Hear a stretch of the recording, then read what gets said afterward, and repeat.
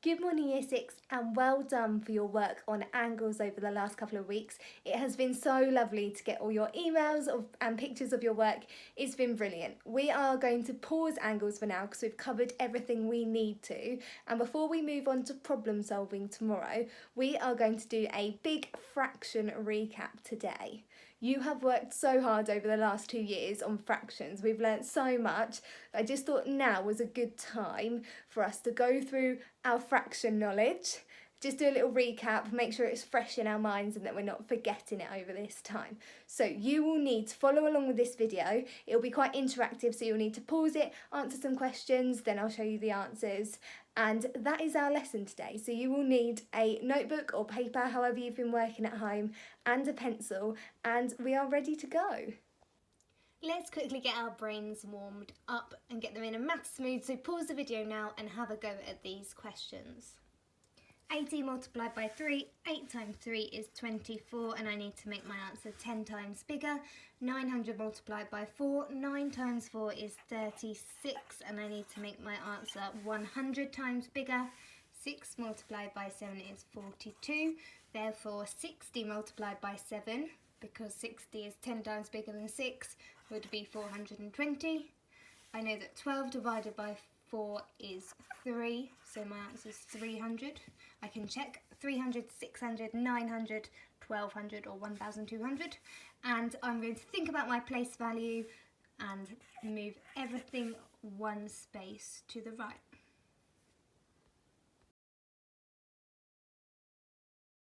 We are briefly going to recap our equivalent fractions and simplifying fractions using these two pizzas.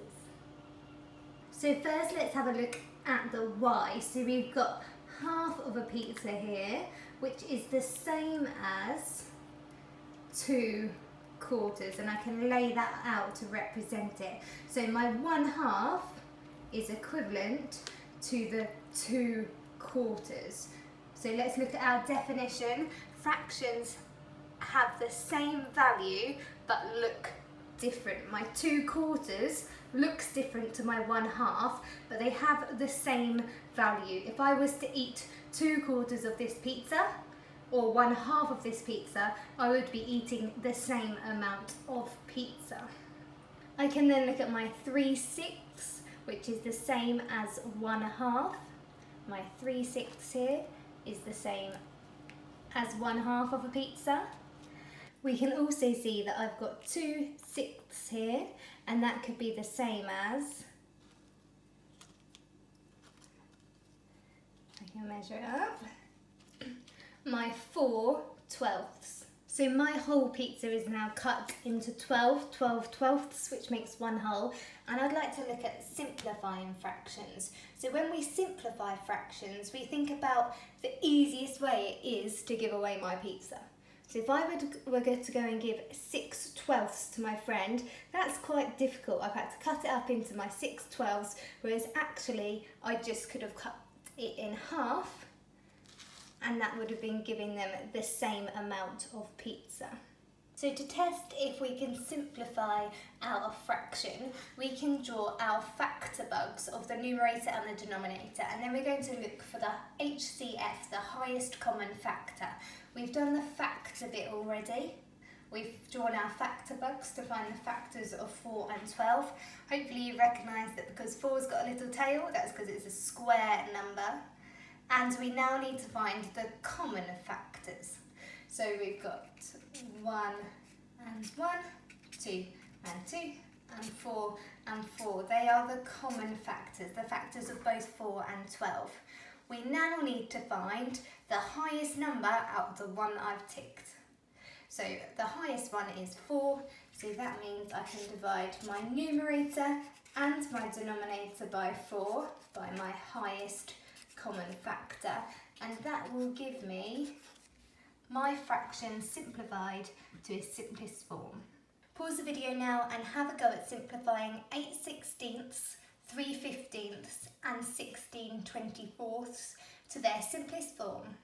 And here are your answers. You can simplify these fractions in other ways, especially with 8/16. You might have found that a common factor is 2, so simplified it to 4/8. That is correct, that is simplified, but its simplest form is 1/2 because its highest common factor is 8. 3/15 can be simplified to 1/5 and 16/24 can be simplified to 2/3. Adding and subtracting fractions. So we're going to work through these steps to help us add together 2/3 and 1/4. So the first thing we need to check, are the denominators the same? The answer for us is no, because we've got 3 as one denominator and 4 as another. If they were the same, we could just add the numerators and keep the denominator the same. But because they're not the same, we need to go to the next step.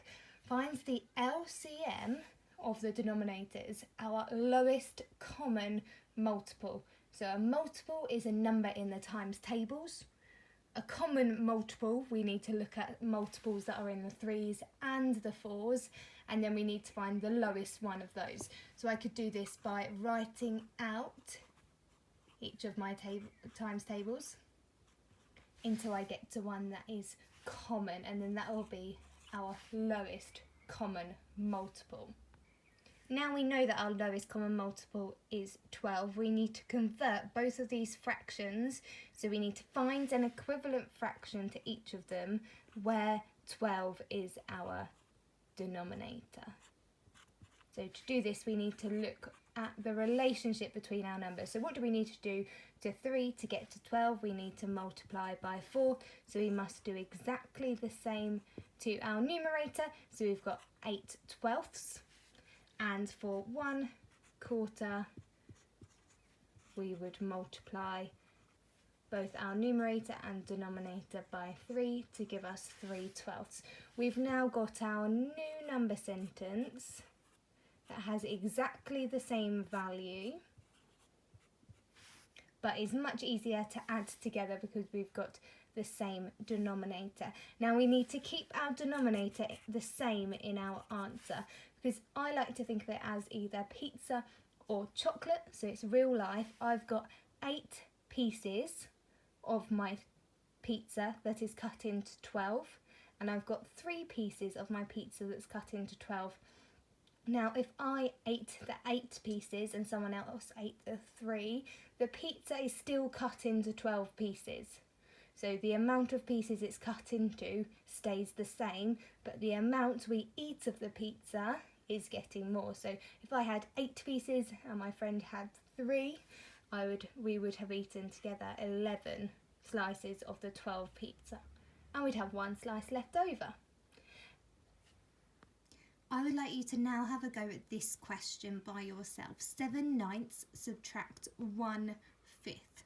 So follow exactly the same instructions, but you are subtracting rather than adding, but all of the other steps are the same. So pause the video now and have a go at 7/9 subtract 1/5.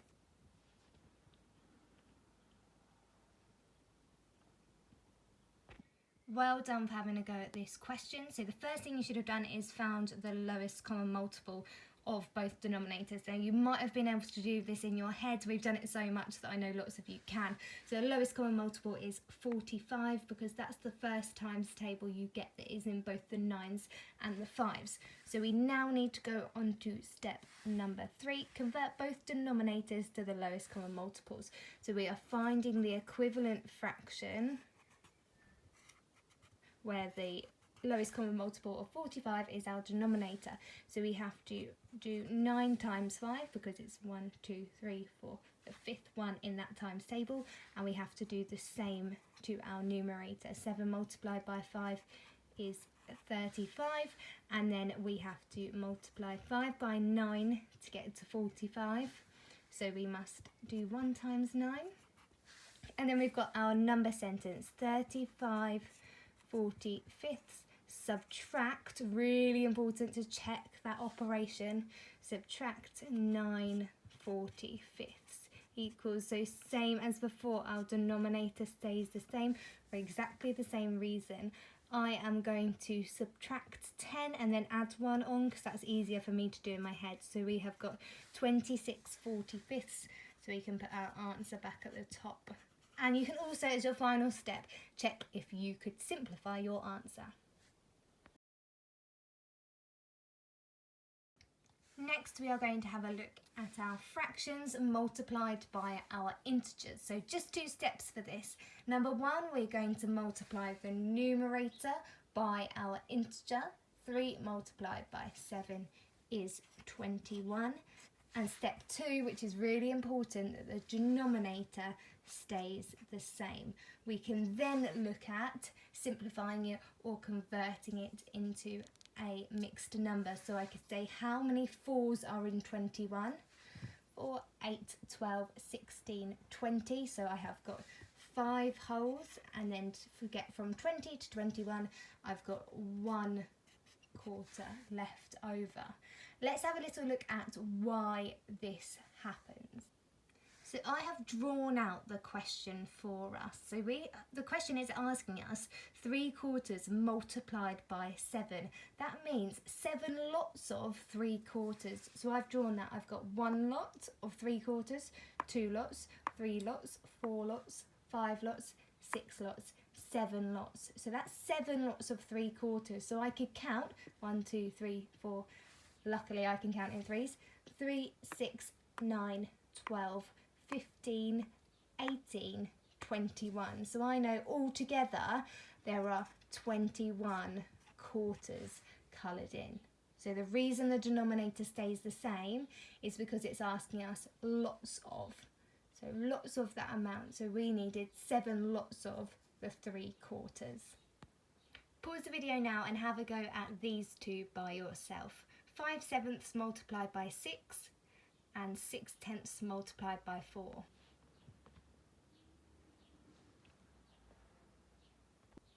So our answers, 5 multiplied by 6 is 30, and our denominator stays the same.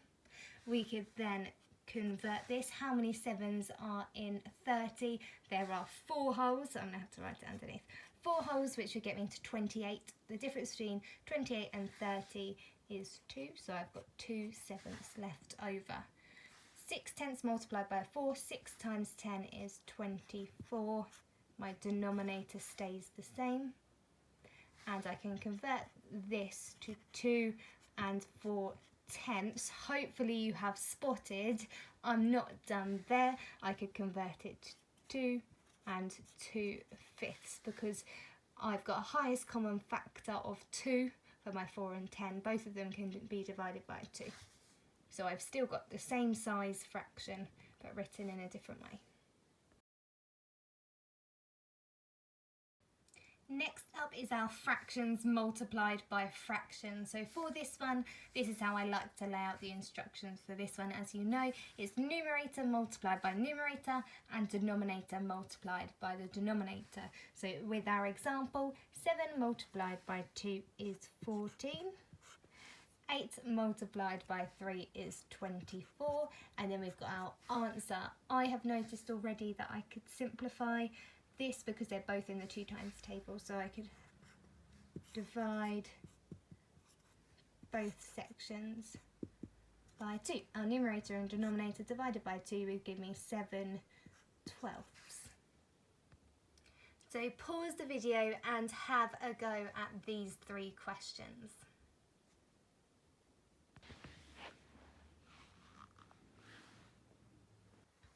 1 multiplied by 4 is 4, and our denominator 2 times 6 is 12. I have noticed that 4 and 12 are both in the 4 times table, so their highest common factor is 4. So 4 divided by 4 is 1, 12 divided by 4 is 3, so I can simplify 4/12 to 1/3. 2 times 8 is 16, 3 times 12 is 36. 16 and 36 are also both in the 4 times table. The way I worked that out is I worked through, I said, are they both in the 1s? Yes. Are they both in the 2s? Yes. Are they both in the 3s? No. Are they both in the 4s? Yes. 5s? No. 6s? No. And kept going through like that in my head, and then worked out that 4 was the highest common factor. So I can divide each of the denominator and numerator by 4, so I end up with 4 ninths. And the final one, I have got 4 110s, or 2 55ths. Well done for your fractions times fractions. Next up we have our fractions of amounts. So step 1, amount divided by the denominator, and then whatever answer we get from step 1 we need to multiply by the numerator. So 50 divided by, because that's our amount, divided by our denominator is 10. And then I've got my answer of 10 and I multiply it by my numerator to give me 30. So 3/5 of 50 is 30. Another way we can work out our fractions of amounts is by drawing a bar model. You do still go through this same process, but for some of you, you will find it easier to represent it in this way. So our whole is 50, and we're splitting that whole into 5 equal pieces. So each of those equal pieces are going to be 10. And we can visualise that on our bar model. It then tells us we've got 3 of our 5 equal pieces, 10, 20, 30, so then we will know our answer is 30. Pause the video and have a go at these two challenges, 7/8 of 24 and 3/12 of 48.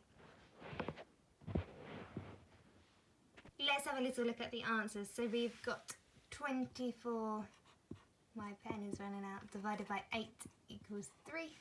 And then 3 multiplied by 7 equals 21. And for the second one, 48 divided by 12 equals 4. 4 multiplied by 3 equals 12.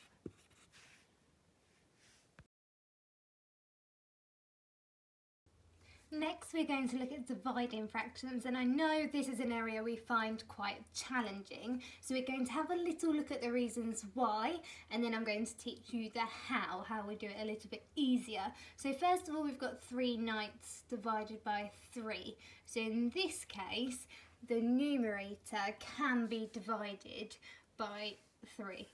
So I've got my 3/9 coloured in here, my 3 coloured in out of my 9 sections, and out of this 3 I can divide it by 3 and I would have 1/9. I could also look at this as having 3/9 of a bag of sweets, and then if I share my 3/9 with 3 people, they would get 1 each. Next I'm going to look at 1/2 divided by 4. This is where it gets a bit more challenging because I can't do 1 divided by 4 without getting a decimal number. So I've drawn my half here, and I need to split my half into 4 equal pieces, and I would be left with 1/8. Let's look at that with our sweets. If I've got half of my sweets and then I share my sweets between 4 people, they're going to get 1/8 each. Now, if we divide by 3, that is the same as multiplying by 1/3. Let's try that out in a number that's slightly easier. So if I would like to do 6 divided by 3, let's see if that's the same as doing 6 multiplied by 1/3. So 6 divided by 3 I know is 2.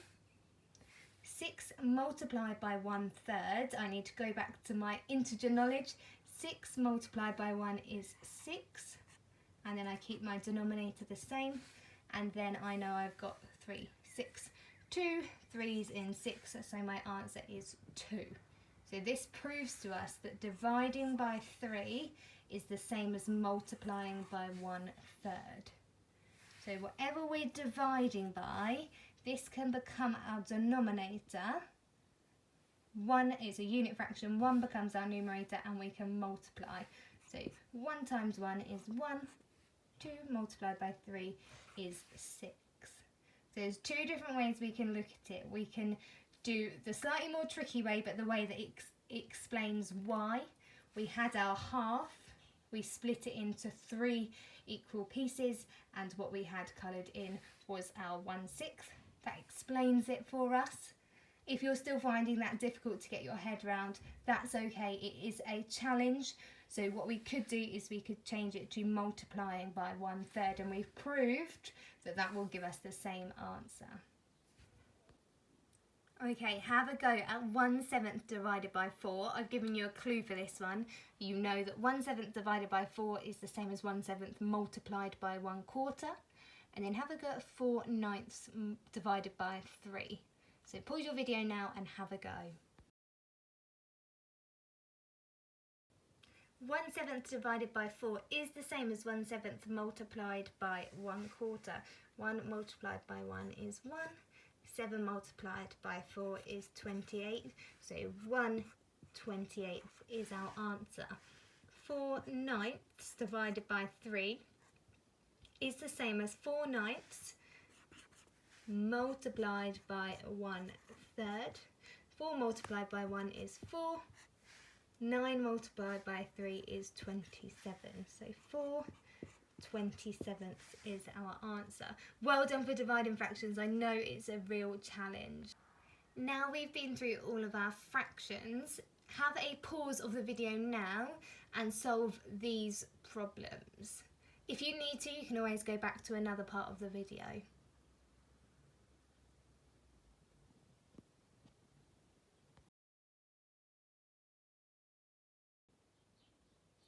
Here are your answers. So pause it here and you can mark along.